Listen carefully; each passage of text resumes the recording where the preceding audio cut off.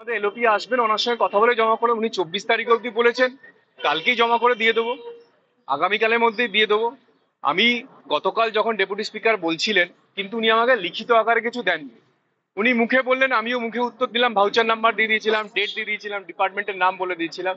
তো আজকে মাননীয় স্পিকার রিসেশনের পরে বললেন যে আমার নাম ধরে, যে মাননীয় চন্দ্রিমা ভট্টাচার্য আমার নামে প্রিভিলেজ এনেছেন এবং আগামী 24 তারিখের মধ্যে আমাকে লিখিতভাবে জমা দিতে হবে। দিয়ে দেবো, কোনো অসুবিধা নেই। আমাকে আমি তো ভাউচার নাম্বারও বলে দিচ্ছি, এটাই লিখিত আকারে দিয়ে দেবো। চন্দ্রিমা ভট্টাচার্য জানবেন? না, আমি আমার এলওপির সঙ্গে কথা বলবো। যদি উনি বলেন, আমার যেটুকু ধারণা, আমার তো অবশ্যই ওনার বিরুদ্ধে প্রিভিলেজ আনা উচিত, কারণ উনি গতকাল আমাকে ব্যক্তিগতভাবে আক্রমণ করেছেন। পরিষদীয় সংবিধানের সীমা কিন্তু উনি লঙ্ঘন করেছিলেন, আমি কিন্তু করিনি। সেজন্য আমার প্রিভিলেজ আনা উচিত।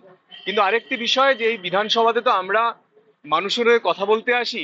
যদি বারবার যেভাবে উনি আমাদের 4 বিধায়ককে সাসপেন্ড করে বাইরে রেখে দিয়েছেন, ইনক্লুডিং আমাদের এলওপি শুভেন্দুবাবু থেকে শুরু করে বিশ্বজিৎ কারক, যিনি উপস্থিতই ছিলেন না, যিনি বিধানসভার ভিতরে উপস্থিত ছিলেন না, তাকে পর্যন্ত সাসপেন্ড করে দিয়েছেন।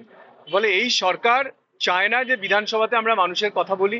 কখনো সাসপেনশন, কখনো প্রিভিলেজ, যেভাবে হোক আমাদের মুখটাকে বন্ধ করে রাখাই এনাদের একমাত্র কাজ। এবং সেই কাজ করতে কিন্তু ওনারা সফল হননি।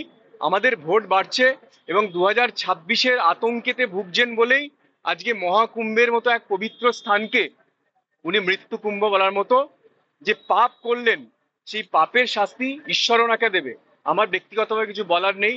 যে পাপ করবে সে তার ফল ভোগ করবে। ওনার এমপি রচনা ব্যানার্জিকে দেখলাম, তিনি মহাকুম্ভে গিয়ে স্নান করে বড় বড় করে ফেসবুকে দিচ্ছেন। তিনি রামদেব বাবার সঙ্গে ছবি তুলেও আপলোড করছেন, ওনারই এমপি মাননীয় রচনা বন্দ্যোপাধ্যায়। আর উনি এখানে বলছেন যে মহাকুম্ভ হলো মৃত্যু কুম্ভ। আমি আর বিশেষ কিছু বলছি না। অন্য ধর্মের অন্য যে তীর্থস্থান আছে, আপনারা জানেন, আমি নাম ধরে বলছি না, সেখানে স্ট্যাম্পেডে কত হাজার মানুষ মারা গিয়েছিলেন। আপনারা জাস্ট মনে করে দেখুন একবার। আমরা কি বলেছি সেই তীর্থস্থান মৃত্যুকুম্ভ? বলিনি কিন্তু, কারণ কোনো ধর্মকে আমরা আঘাত করতে চাই না ব্যক্তিগতভাবে। প্রত্যেক ধর্ম তার নিজের ধর্ম, মানুষ নিজের ধর্ম নিজে মেনে চলুক। কিন্তু ওনার এই অধিকারও নেই যে ভারতবর্ষের নয় সারা পৃথিবীর হিন্দু ধর্মকে এইভাবে আঘাত করা। যে সবচাইতে বড় যে পবিত্র স্থান মহাকুম্ভকে, সেখানে কিন্তু উনি মৃত্যুকুম্ভ বলে যেভাবে অপমান করেছেন, এর বদলা ঈশ্বর নেবেন, এর বদলা হিন্দুরা নেবেন, এর বদলা পবিত্র মানুষরা নেবেন।